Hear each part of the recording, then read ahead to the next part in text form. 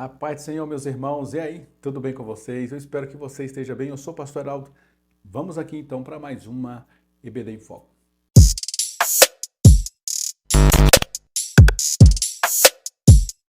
Pois bem, meus queridos irmãos, lição de número 3. Vamos falar um pouquinho hoje sobre a ordenança para congregar e prestar culto racional.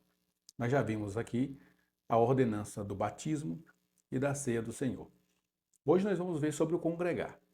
Depois vamos falar de outras ordenanças, por exemplo, ordenança da contribuição, da oração e etc. E todas as ordenanças, você vai perceber, estão atreladas ao ato de congregar. Não tem como a gente fazer todas essas ordenanças, seja o batismo, seja a ceia, seja contribuir, seja orar, sem que a gente faça isso com pessoas, congregando, convivendo com pessoas. Pessoas são difíceis. Tem pessoas de todo tipo, de todo jeito na igreja. Porque nós somos humanos, nós somos seres humanos. Nós acertamos e falhamos.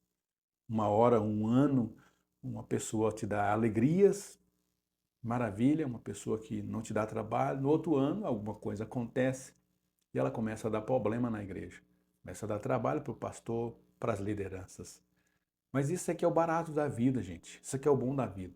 É a gente poder, nesses arranjos e desarranjos, ajustes e desajustes, a gente viver a fé cristã na prática. Porque viver a fé cristã dentro da sua casa, ou distante no aparelho televisivo, acompanhando distante o que está acontecendo é fácil. O difícil é quando a gente tem que praticar o perdão, a longanimidade, a benignidade, o amor, o domínio próprio com outras pessoas. Muitas vezes a gente não tem paciência nem com quem está dentro da nossa casa, não é assim? Com o nosso esposo, nossa esposa, os filhos.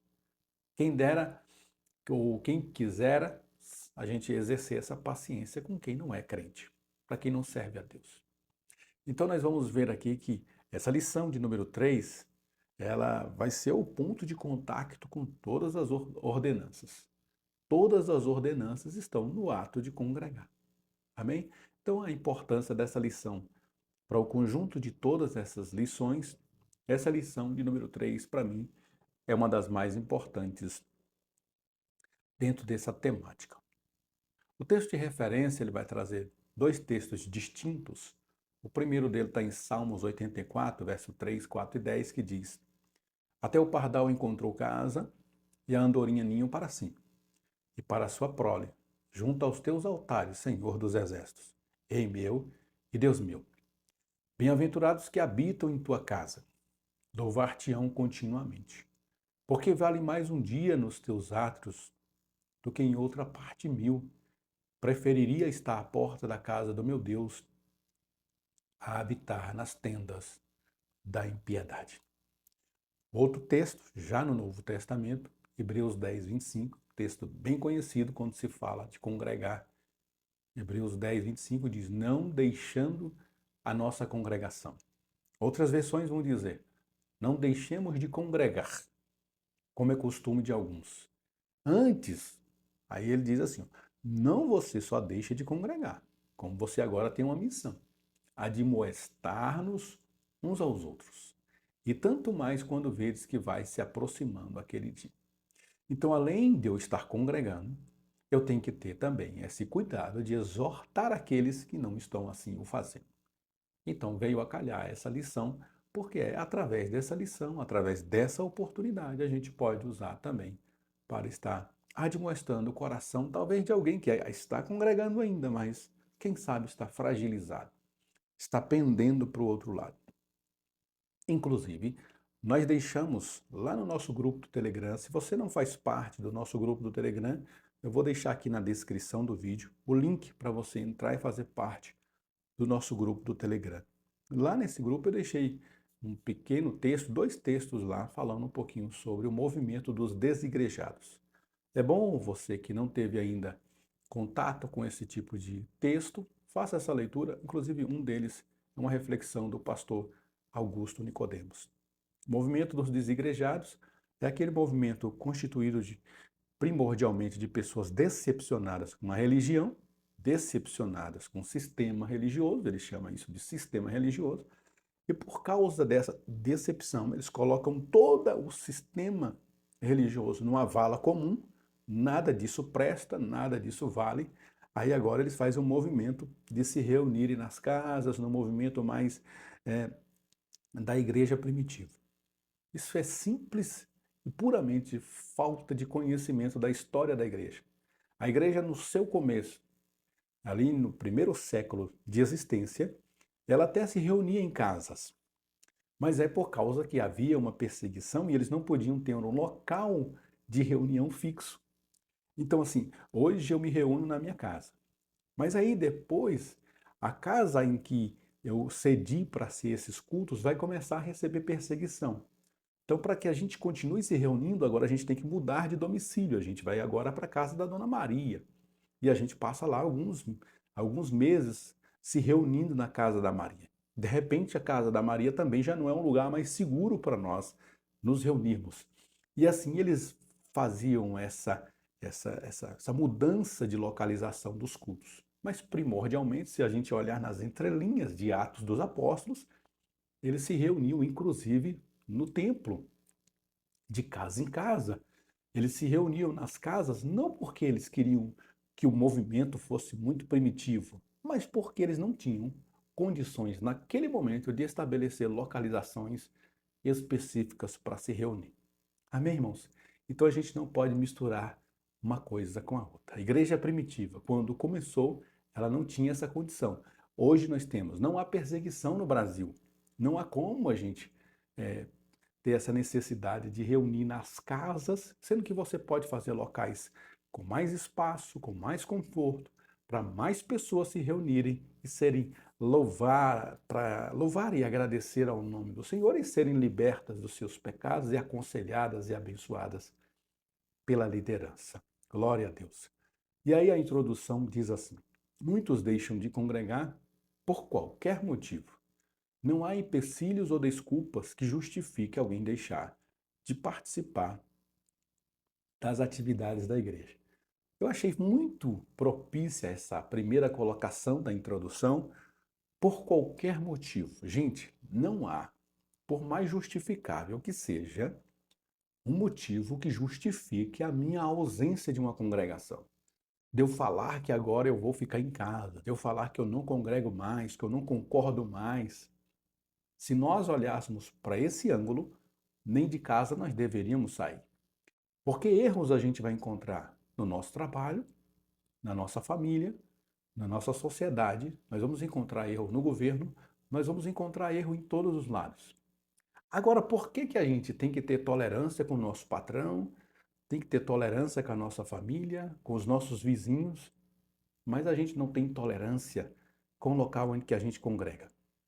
Sabe por quê? Porque o pensamento da maioria dos irmãos é que uma igreja é constituída essencialmente por santos, uma reunião de santos. Na verdade, qualquer igreja, irmão, por melhor que ela seja, ela é um aglomerado de pecadores confessos que estão em busca de santificar a sua vida, que estão olhando para Jesus e buscando melhorar. Aqui e acolá a gente tropeça, mas aqui e acolá a gente também levanta e prossegue caminhando. Então não há justificativa que impeça uma pessoa de não estar no meio dos irmãos. O próprio texto bíblico diz que aquele que não tem pecado, atire a primeira pedra. O próprio texto bíblico diz que aquele que diz que não tem pecado está fazendo Deus de mentiroso. Todos nós pecamos, todos nós erramos.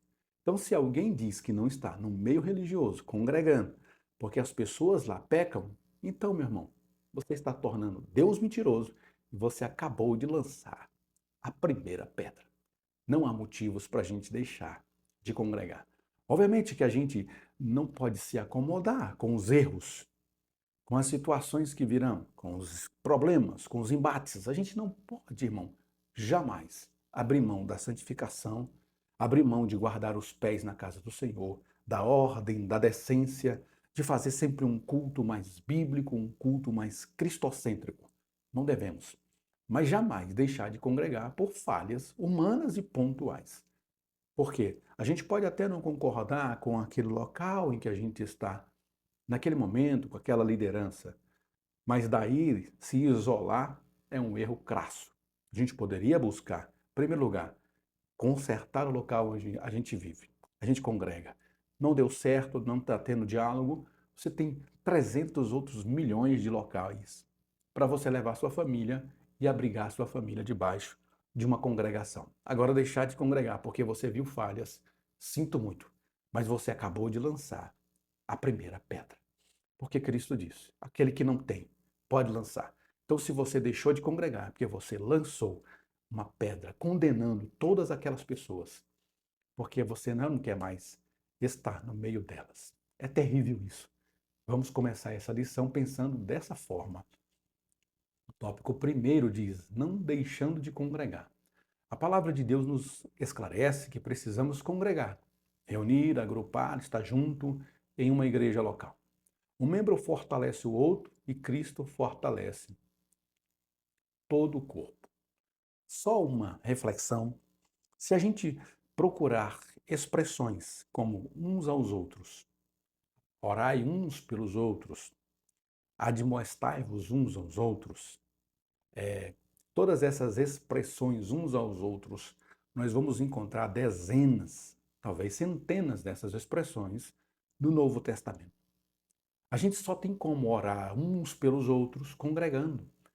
A gente só tem como admoestar uns aos outros congregando. A gente só tem como levar as cargas uns dos outros congregando. E é ali, nesse momento, que a gente encontra um ombro, no momento em que a gente está triste. É ali onde a gente encontra reforço no momento que a gente está vulnerável. É nesse momento de congregar. A gente ajuda as pessoas.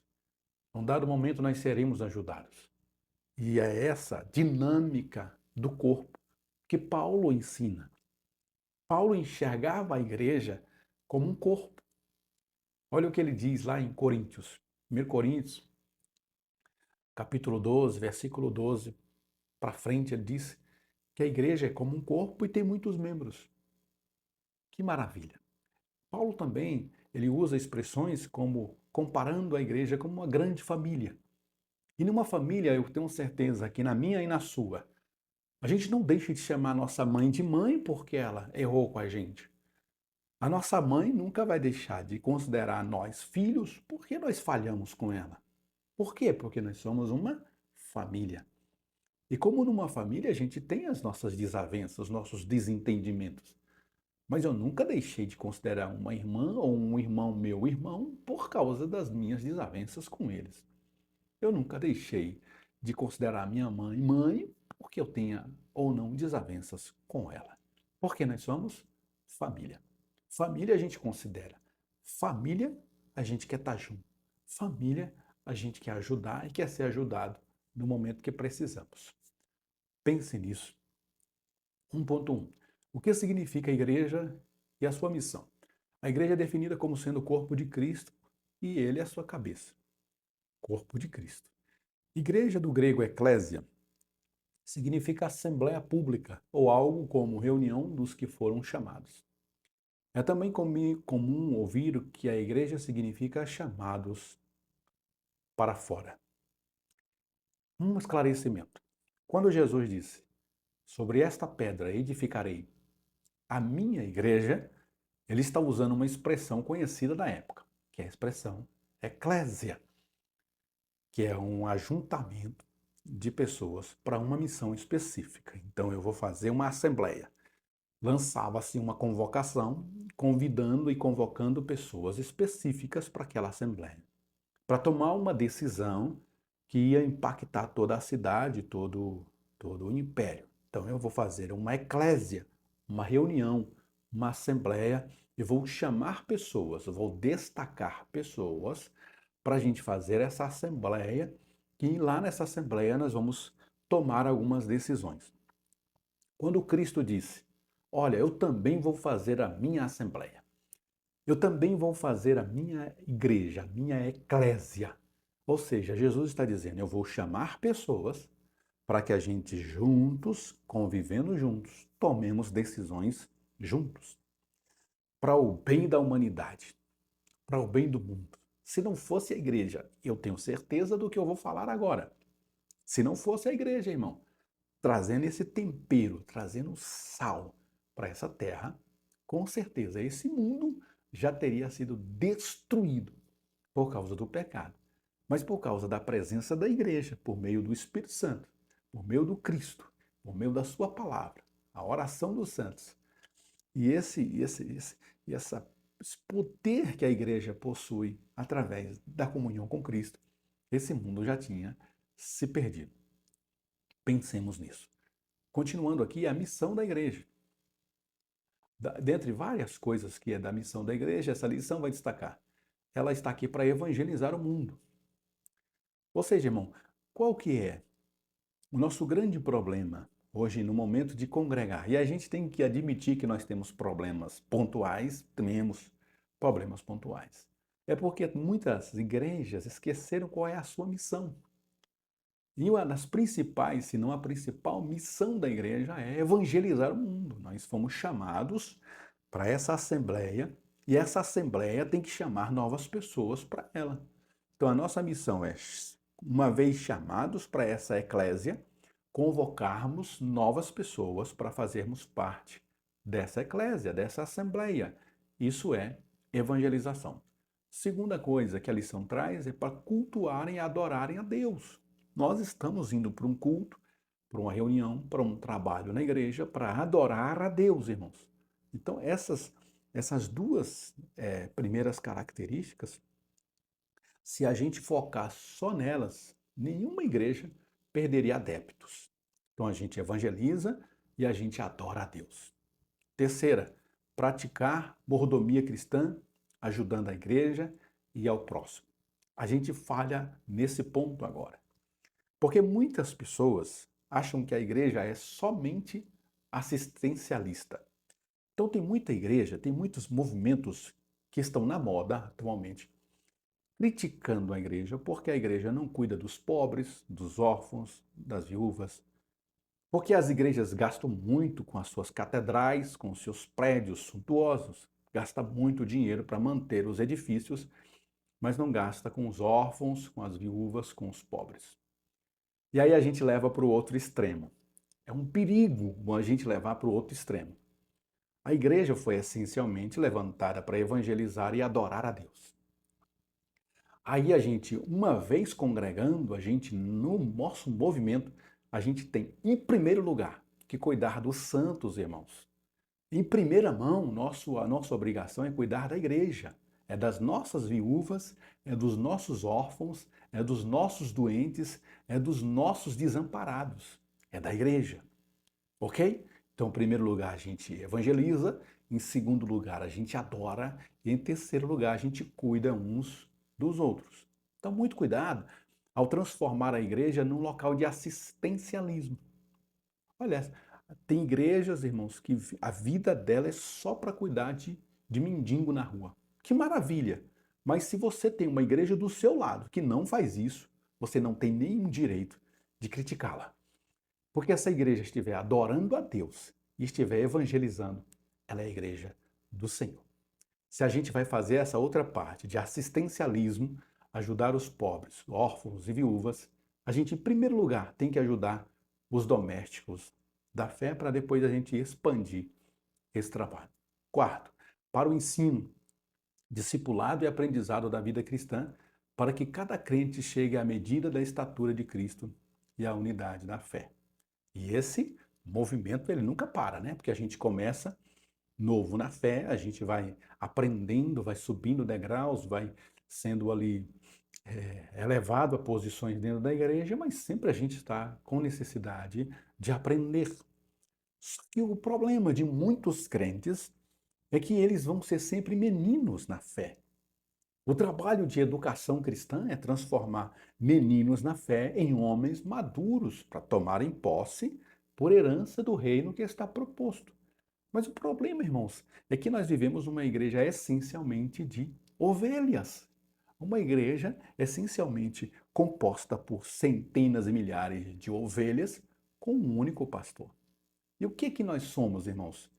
Quando Pedro, escrevendo a sua epístola, ele disse, nós somos sacerdotes reais. Qual é a função do sacerdote, irmão?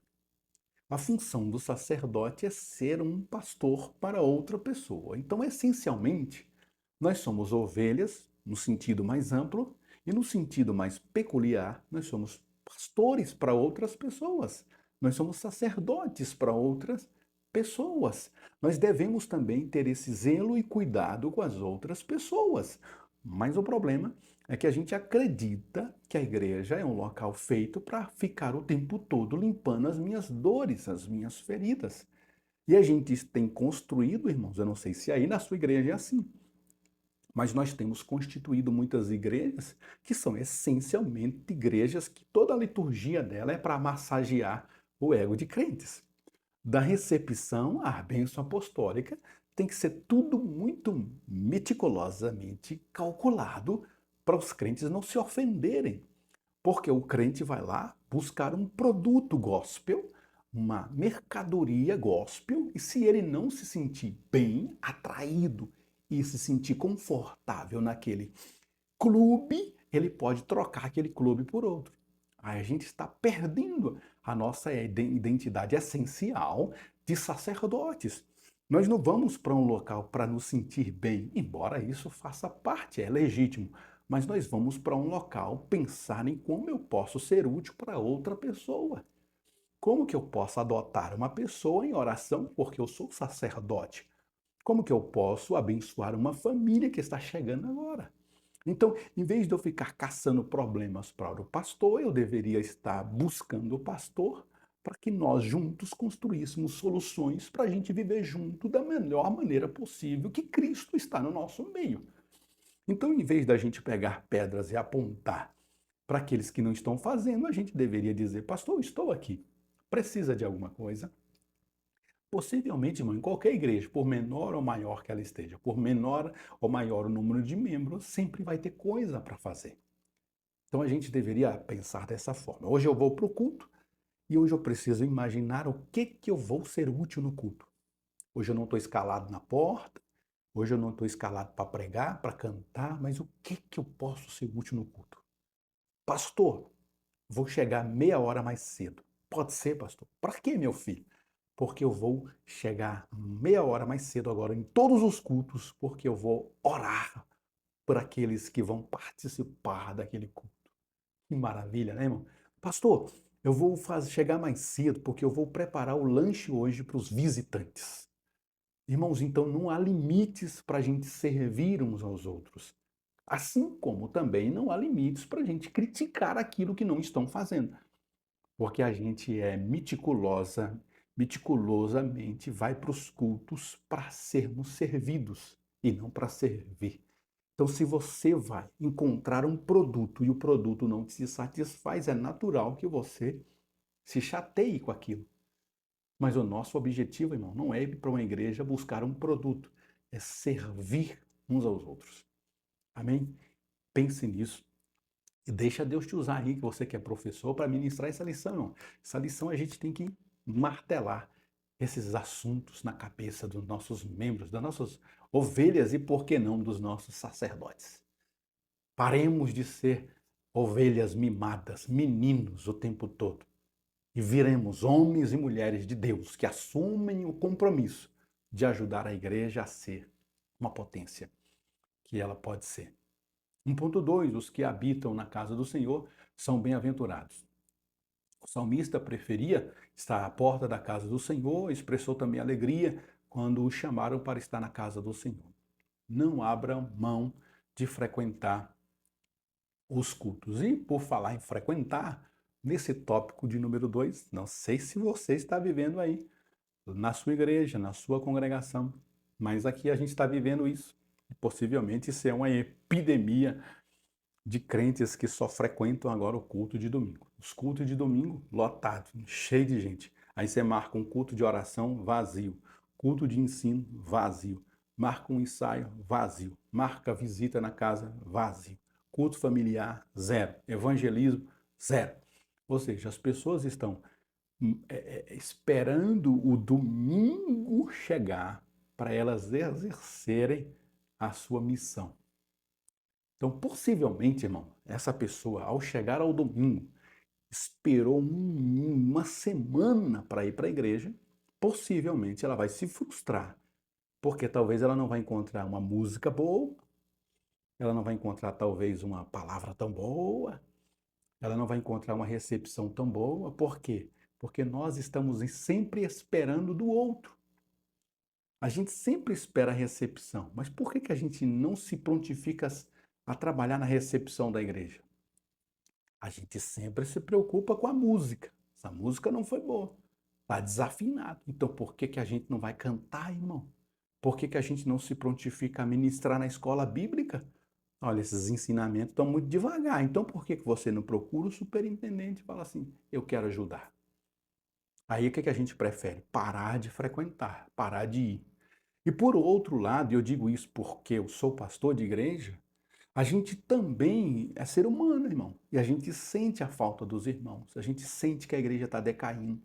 E naturalmente falando, a gente acaba se abatendo também. Aí a pessoa vem no domingo, olha o pastor abatido, ele vem uma vez na semana e quer ver a gente o tempo todo. Uau, uau, uau, uau, uau. O tempo todo, não, irmão. Eu não sou feito de ferro. Você que é pastor não é de ferro. Você tem limite, eu tenho limite. A gente passou a semana toda vindo para a oração, para os cultos, para os trabalhos, preocupado com os crentes. Aí chega no domingo, você está meio que desgastado já. Aí o crente que ficou 15 dias sem ir na igreja, chega num domingo à noite a cada 15 dias e quer encontrar a gente assim, ó, uau, vibrando. Negativo, irmão. Negativo.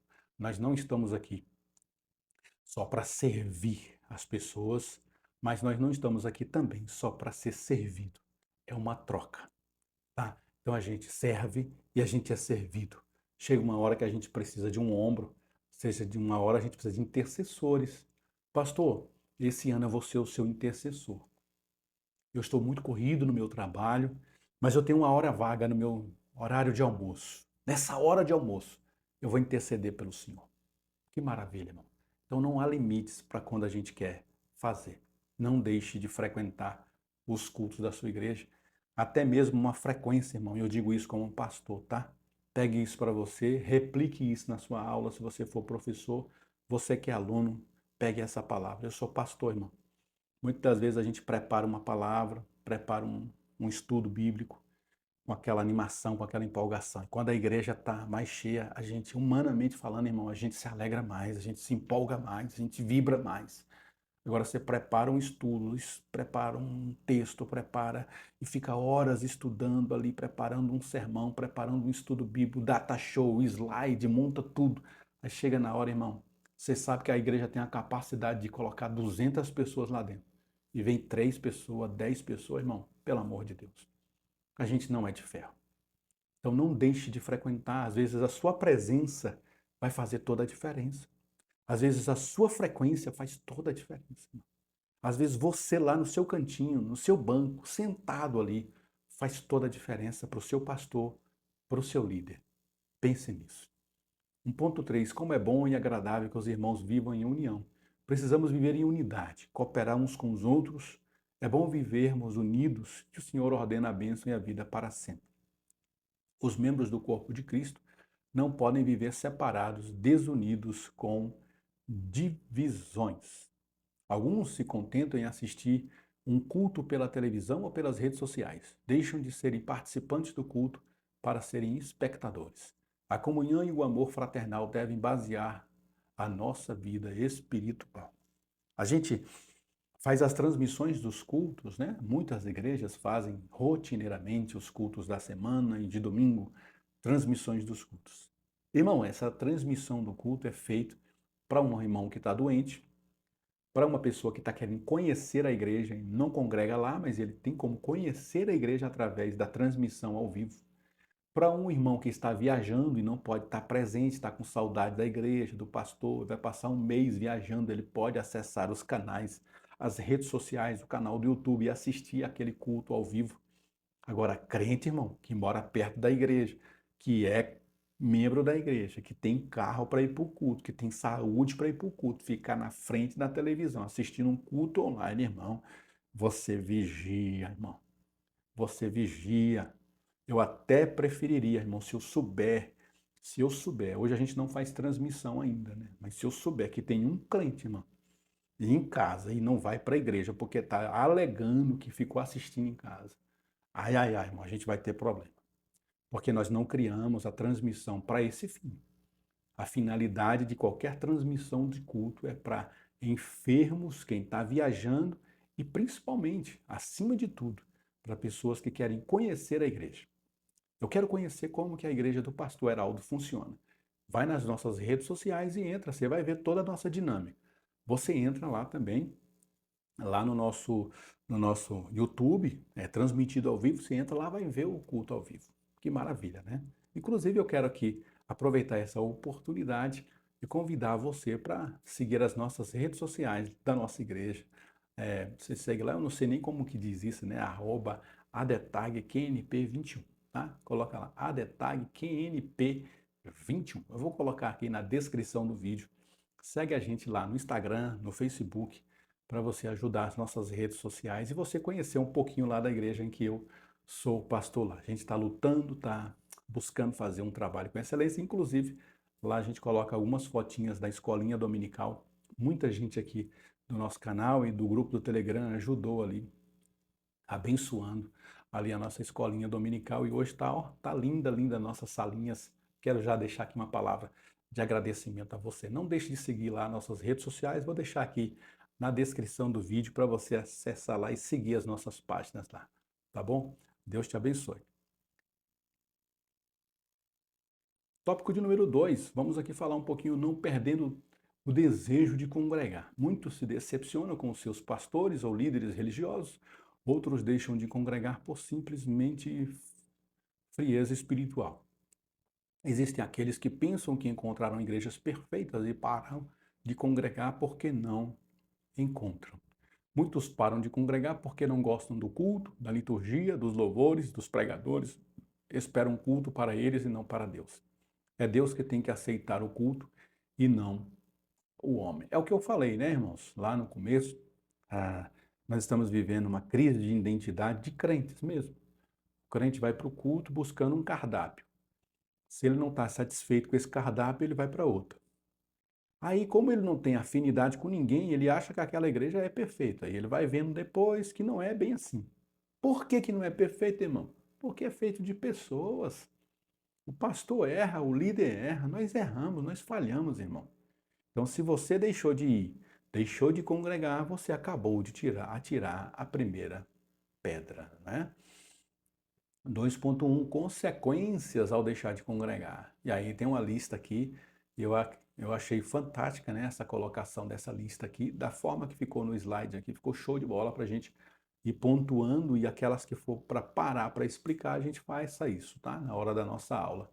Quando a gente para de congregar, a gente fica mais vulnerável, entramos na cilada do inimigo, perdemos a comunhão com os irmãos, deixamos de praticar da ceia do Senhor, deixamos de trazer os dízimos, a glória que desce na igreja não desce em qualquer lugar, deixamos de estimular as pessoas, deixamos de ter um pastor que zela, ficamos sem um pronto-socorro, ao deixar de congregar vem as suspeitas, perder as reuniões é perder as bênçãos. Então, olha o tanto de coisa que a gente perde aqui por não estar, né, frequentando uma igreja, por não estar congregando, né, ali. A gente só tem mais a ganhar, irmão. Se a gente fosse olhar entre perdas e ganhos, a gente tem muito mais coisa a ganhar.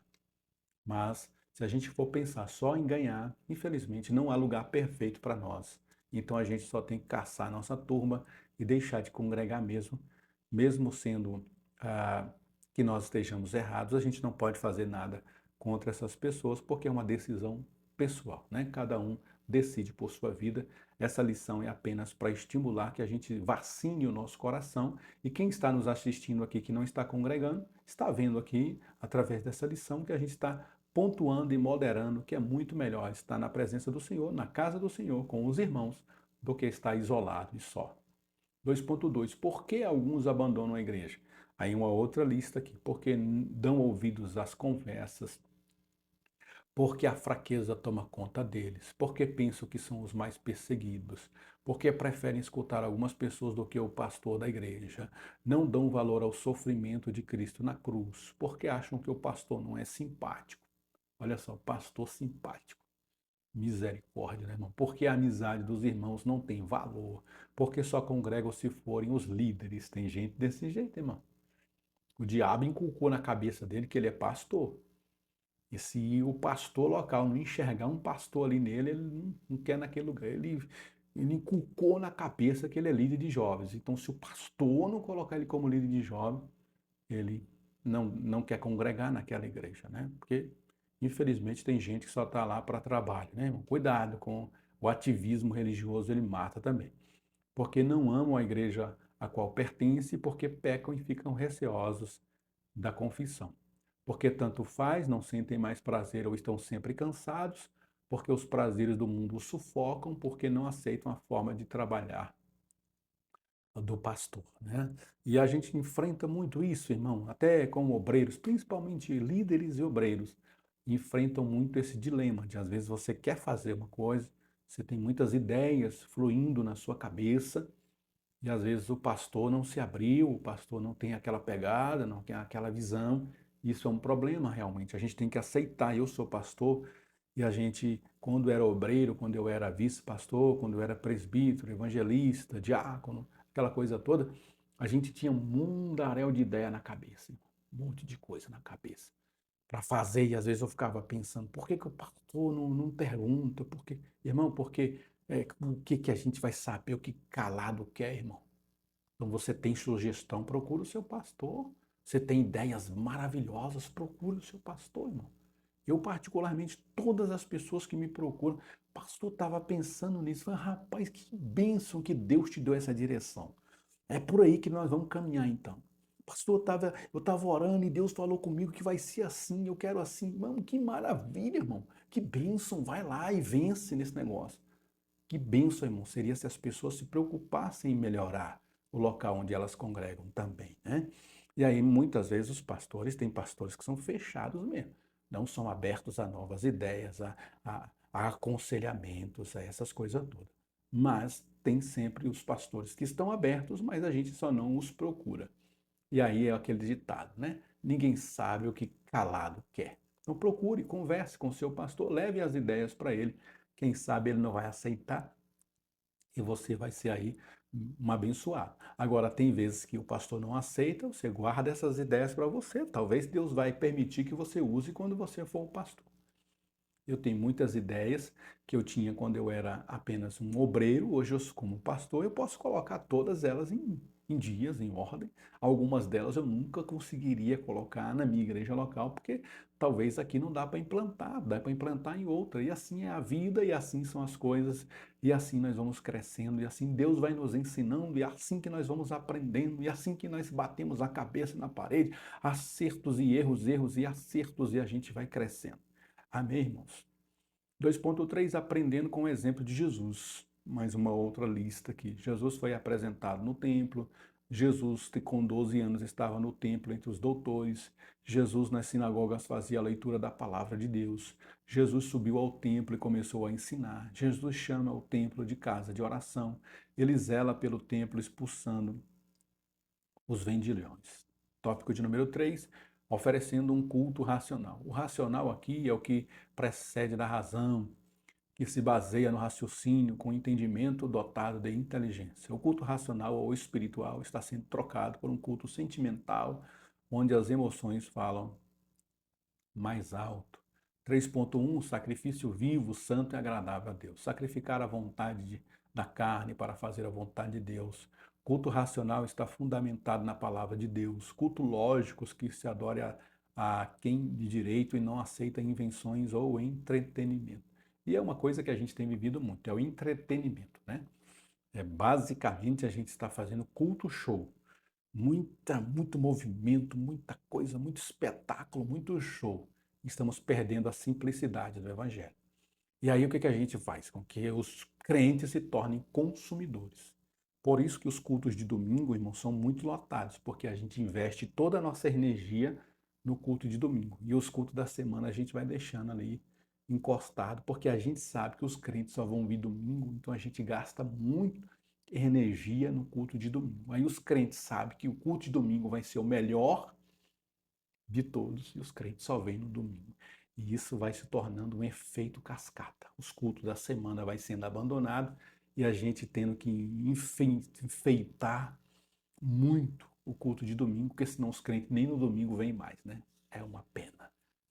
Em Romanos 12, 1, 2, três coisas são pedidas acerca do culto racional. Deve ser sacrifício vivo, de forma vigorosa, com fervor de todo o coração, santo, sem profanação, sem invenção, sem contaminação, sacrifício especial, sem irreverência, e deve ser agradável, de boa vontade, do fundo do coração, sem fingimento, de livre e espontânea vontade, de corpo, alma e espírito. Porque, irmão, tudo que a gente faz na igreja, ao mesmo tempo que é espontâneo, ele tem que ser racional.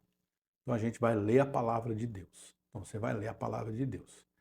É um momento de ler a Bíblia. E como é que a gente faz isso, irmão? A gente aí busca a maior reverência possível.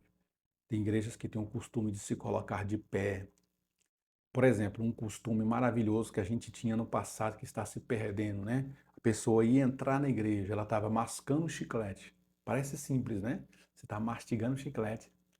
Aí você lembra que está com chiclete, você tirava ele e jogava no lixo. Porque você não queria entrar na casa de Deus, aquela expressão de mastigando chiclete, parece alguma coisa relaxada. E hoje virou normal. A gente olha para a nave da igreja, os crentes mastigando chiclete, chupando balinha, e aquela coisaiada toda, e conversando, e mexendo no celular. Irmão, tá uma coisa terrível. Tá? A gente acaba não prestando esse culto racional. A gente saiu da nossa casa para dedicar ali 2 horas no culto, então façamos o nosso melhor para ele ser vivo, santo e agradável a Deus. 3.2 Deus está à procura de verdadeiros adoradores. Deus não está atrás de adoração forçada, coagida, por isso ele deu livre-arbítrio ao homem. O Senhor não se entusiasma com coreografia ou expressões externas que não partem do coração. Então, irmão, é uma música, é a apresentação de uma dança, de uma coreografia, de um teatro, enfim, qualquer apresentação, a palavra pregada, a palavra ministrada através de uma música, tudo que nós formos fazer, irmão, tem que ter esse entusiasmo do coração, essa pureza do coração de apresentar em forma de adoração a Deus. Porque a gente pode ter as melhores expressões no culto, irmão.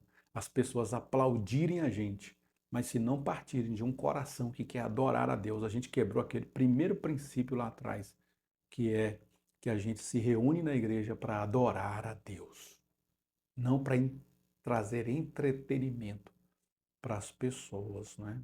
Ser verdadeiro adorador vai além de cantar, entoar louvores, levantar as mãos e glorificar. O verdadeiro adorador tem uma vida exemplar, digna de ser copiada. Não podemos viver só de momentos de adoração, mas uma adoração diária, contínua e constante. E a gente vê que os crentes terceirizaram tanto isso, irmão. Lembra que eu falei sobre que nós somos sacerdotes? Os crentes terceirizaram tanto isso, irmão, tanto isso, que os crentes chegam no culto, depois tu repara na tua igreja, eles não oram mais de joelho, não ajoelham mais para orar antes do culto. Eles não prestam atenção em mais nada, eles cruzam os braços e ficam pensando. Sim, e agora? O que vai acontecer? O que vai sair daí? O que vai acontecer daí? E fica esperando que magicamente alguma coisa sobrenatural aconteça, vinda da mão do pastor, como se o pastor fosse um mágico, ou daquela irmãzinha da oração, usada por Deus, ou de algum profeta que veio pregar à noite e alguma coisa mágica aconteça no culto. Negativo. Não vai acontecer nada. Se os sacerdotes não orarem, irmãos, não adianta a gente chegar no culto e querer apresentar a Deus um culto somente naquelas 2 horas. A nossa vida tem que ser uma vida de oração e de consagração. Eu sempre tenho estimulado aqui os irmãos a fazerem isso e ultimamente na nossa igreja tem incentivado os irmãos a gente chegar mais cedo. Antes do culto oficial começar, a gente chegar mais cedo, pelo menos meia hora, e a gente orar a Deus, enquanto a equipe está ligando o som, enquanto a equipe está abrindo as portas, a gente está ali orando, orando, orando, orando, orando, orando, exercitando esse sacerdócio, irmão, para que os crentes tenham essa preocupação com quem está vindo. Imagina, você ficou meia hora orando pela irmã Maria. Eu fiquei orando. Deus abençoa a irmã Maria, abençoa a irmã Maria. Deus, eu tenho uns dias que eu não vejo ela aqui na igreja, abençoa ela. Eu fiquei sabendo que que ela não está bem de saúde. Você orando, orando, orando, orando pela irmã Maria, meu Deus, abençoa, abençoa, irmão José, o irmão Pedro, meu Deus. Oh Deus, eu queria tanto ver eles aqui na igreja hoje. Senhor, na semana eu quero fazer uma ligação para eles, eu quero incentivar eles, Senhor, me usa para eles. Meu Deus, amém. Acabou o período de oração, você vai ali, toma uma água, e aí, de repente, quem vem entrando na igreja, irmão? A irmã Maria, o irmão José, o irmão Pedro, que você acabou de orar por eles. E você saber que a sua oração, irmão, foi atendida. Talvez esse irmão lá na casa dele estava pensando, acho que eu não vou hoje para o culto. De repente ele sente uma alegria, uma leveza, cadeias que estavam sobre ele são quebradas, e ele fala, que é isso? Misericórdia, está repreendido, eu vou para o culto, eu vou adorar a Deus hoje, eu vou adorar a Deus. Coloca a roupa e vai para a igreja. Quando ele chega lá na igreja, ele se depara com você orando por ele. Abençoa o irmão José, Senhor. Deus dá força para o teu servo, Senhor. Deus dá alegria para ele, Senhor. Ele ouve você orando por ele, irmão. Ele vai dizer, olha, que maravilha, eu estava orando. Eu estava na minha casa pensando em não vir para o culto. E essa irmã estava orando por mim aqui na igreja. Deus usou ela para mim. E aí essa pessoa, daqui a pouco, ela vai se movimentar também para ajudar outras pessoas. E o culto dessa irmã vai ser diferente. Quando ela se deparar com o irmão José lá na porta, vai dizer, irmão José, a paz do Senhor. Eu estou muito feliz em te ver. Eu estava orando por você agora, irmão José. Que bom que você veio, irmã Maria, irmã Josefina, que bênção você estar no nosso culto hoje. E dar esse abraço. Irmão, todo aquele culto vai fazer diferença para você. Vai fazer sentido, cada música, a palavra, tudo vai fazer sentido para você. Na próxima semana você vai querer estar de novo. De novo, de novo, de novo, de novo. Que Deus possa nos levantar para isso, né, irmãos? Sacerdotes. Nós somos pastores, irmãos. Todos nós somos pastores. Todos nós temos alguém que a gente pode arrebanhar, alguém que a gente pode cuidar. Eu vou adotar essa irmã nessa semana, eu vou adotar esse irmão, eu vou abençoar esse jovem, eu vou orar por aquela família que está visitando a nossa igreja. Você pode ser pastor para essa pessoa. Não terceirize aquilo que Deus te chamou para fazer. Você pode não ser o pregador oficial da noite, o cantor oficial da noite, quem vai apresentar a peça, a coreografia, a dança. Você pode ser que não vai cantar, tocar nenhum instrumento, mas você é um sacerdote, você é um pastor na vida de alguém. Então chame para o culto, interceda por ele. Quando ele vier, você abrace ele. Quando for a hora do apelo, leve ele para frente. Quando ele aceitar Jesus, cuide dele, trate dele, leve ele para a aula do batismo. Quando for o batismo dele, leve ele para o batismo. Depois ensine ele, incentive a escola dominical, incentive aos cultos, incentive ele a aprender um instrumento, a aprender a pregar, aprender a ser obreiro. E você vai carregar essa pessoa até que ela tenha estatura para caminhar sozinha. Você é pastor, você é líder, você é um sacerdote de Deus. 3.3, só ao Senhor adorarás, só a Ele prestará culto. Jesus disse ao ser tentado no deserto pelo diabo, vai de Satanás, porque está escrito, ao Senhor teu Deus adorarás e só a Ele servirás. Não adoramos pessoas e coisas que gostamos. Deus tem todos os atributos necessários para receber de nós um culto magnífico e cheio de todas as honras, respeito e amor. E aí um último comentário do 3.3 é que tem muita gente que vai para o culto só quando é o cantor fulano de tal. Cuidado, porque você está indo por causa de pessoa, irmão. A gente não vai por pessoas, a gente vai por propósito. Então esse é uma faca de dois gumes. É eu como pastor querer fazer a melhor performance do culto. E você do outro lado olhar para a performance e falar, essa daqui eu gosto, eu vou. Essa daqui eu não gosto, não vou. Esse que prega muito, eu vou. Essa aqui canta muito, eu vou. Esse aqui não prega nada, não vou. Esse aqui tem a voz de taquara rachada, não vou. Não vou para o culto hoje. E a gente coloca a programação, coloca o fly para a rede social, para quem é de fora saber da nossa programação, irmão. A gente não deve colocar programação para os crentes saber e falar assim, hoje eu vou para o culto. Não, irmão, você não vai para o culto por quem vai cantar ou pregar, você vai para o culto porque você é crente, irmão. Você vai para o culto porque você é sacerdote, você vai para o culto porque você é um servo de Deus. Agora, quem não está ali na igreja, quem está viajando, vai conhecer a igreja, fala, olha que legal, gostei dessa programação, gostei desse cantor, gostei desse pregador, vou lá hoje por curiosidade. Então os curiosos vão vir para a igreja, irmão. Agora nós que somos crentes, jamais. Você é sacerdote, você vai lá por causa da irmã Maria, você vai lá porque você quer dar um abraço no irmão José, você é crente, irmão. Você vai lá porque você é intercessor do pastor e você lançou uma performance. Todos os domingos eu vou chegar meia hora mais cedo porque eu vou interceder pelo meu pastor. Que maravilha, irmão. Que maravilha. Se todos os crentes pensassem assim, a igreja estaria voando, irmão. Estaria voando. Estaria uma outra potência. Mas infelizmente nós viramos consumidores. Por um lado, os pastores têm que investir nesse consumo e por outro lado, os crentes estão consumindo. Então, uma coisa está ficando dependente da outra. E quem perde com isso é o reino de Deus. Pense nisso. Conclusão da palavra diz: vimos na presente lição a relevância de procurarmos cultivar a comunhão coletiva, pois é fundamental para a prática da mutualidade cristã. Suportar uns aos outros, perdoar uns aos outros, exortar uns aos outros, dentre outros. São expressões que eu falei lá no início da lição, né? Usadas muito por Paulo nas suas epístolas. Não há base bíblica para um viver cristão isolado e indiferente dos demais irmãos. Este importante aspecto da vida cristã está intimamente conectado com a adoração a Deus de forma integral. Somos um só em Cristo. Amém? E por falar que nós somos um só em Cristo, para não ficar com essas informações tão bonitas só para nós criamos um grupo do Telegram e eu vou deixar aqui na descrição do vídeo o link para você entrar no nosso grupo do Telegram. Se você não tem o Telegram baixado no computador, baixe o Telegram no computador ou no seu celular. Quando você clicar nesse link, você vai ser direcionado para esse grupo. Lá você encontra o PDF das revistas, que a gente sempre consegue a maioria delas, os slides dessa lição, inclusive esses slides que eu estou usando aqui, entre outras coisas que os irmãos postam ali também, porque nós somos uma família, não é? Nós estamos aqui para ajudar uns aos outros. Então é isso. Até a próxima EBD em Foco e não deixe de congregar, irmão.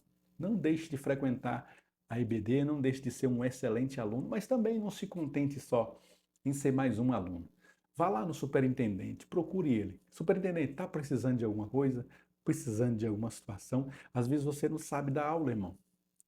Às vezes você não sabe liderar, não tem capacidade ainda para fazer essas coisas. Mas quem sabe a superintendente está precisando de um patrocinador para o lanche das crianças. Irmão, faz o seguinte, todo domingo você vai trazer o lanchinho das crianças. Não precisa ser muita coisa, não. Traz 10 pão de queijo e um suco. Pronto, você está ajudando as crianças. Amém? Tem como a gente ajudar? Olha, irmão, eu estou precisando de intercessor para a EBD. Então você vai vir para a EBD, você vai tirar um período de oração pela escola bíblica. Durante a semana, na sua casa, nas orações da igreja, ore pela EBD. E assim a gente pode ajudar de qualquer forma. De alguma forma a gente pode ajudar. Amém? Deus abençoe. Até a próxima EBD em Foco, se Deus assim nos permitir.